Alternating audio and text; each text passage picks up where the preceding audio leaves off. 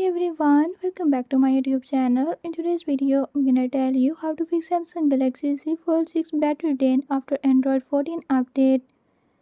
But before we get started, make sure to subscribe and hit the notification bell so you never miss out on new videos and stay updated. Let's get started.